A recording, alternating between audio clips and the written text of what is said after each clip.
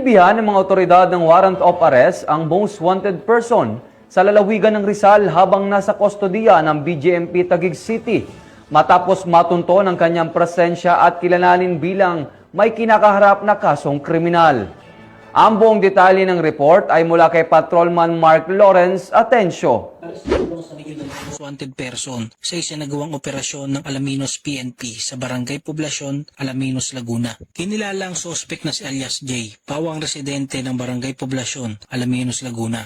Naaresto ang sospek sa bisa ng warrant of arrest para sa kasong rape na walang nirekomendang piyansa.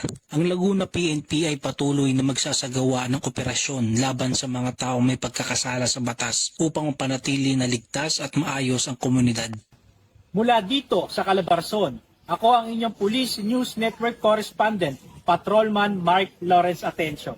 Alagad ng batas, tagataguyod ng Balitang Pulis.